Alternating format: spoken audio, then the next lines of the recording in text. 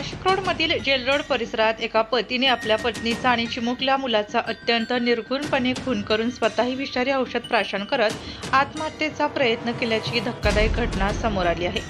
या दुहेरी हत्याकांडामुळे संपूर्ण नाशिक शहरात एकच खळबळ उडाली असून परिसरात भीतीचे वातावरण निर्माण झाले आहे। प्राथमिक माहितीनुसार कौटुंबिक वाद अथवा अन्य कारणांमुळे संतप्त झालेल्या पतीने पत्नी आणि निष्पाप मुलावर ब्लेड सदृश्य धारदार शस्त्राने गळ्यावर प्राणघातक वार केले। हे भीषण हल्ल्यात गंभीर जखमी झालेल्या पत्नी आणि चिमुकल्याचा जागीच मृत्यू झाला।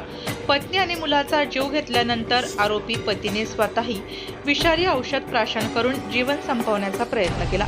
घटनेची माहिती मिळताच स्थानिक नागरिकांनी आणि पोलिसांनी तातडीने घटनास्थळी धाव घेत आरोपीला नाशिक रोड येथील बिटको रुग्णालयात दाखल केले। सध्या त्याच्यावर अतिदक्षता विभागात उपचार सुरू असून त्याची प्रकृती चिंताजनक असल्याची माहिती वैद्यकीय सूत्रांनी दिली आहे। दरम्यान एका हसत्या खेळत्या कुटुंबावर अशी वेळ का आली, यामागे नेमके कोणते कारण आहे याबाबत अनेक तर्कवितर्क लावले जात आहे। घरगुती कलह, आर्थिक अडचणी की अन्य कोणते कारण याचा शोध घेण्याचे मोठे आव्हान आता पोलिसांसमोर उभे राहिले आहे। घटनेची माहिती मिळताच नाशिक रोड पोलीस ठाण्याचे अधिकारी आणि पथक घटनास्थळी दाखल झाले असून परिसराची पाहणी करून पुरावे संकलित करण्यात येत आहेत। या दुहेरी हत्याकांडाचा पुढील तपास नाशिक रोड पोलिसांकडून सुरू आहे। या घटनेमुळे नाशिक शहर पुन्हा एकदा हादरले असून नागरिकांमध्ये हळहळ व्यक्त केली जात आहे।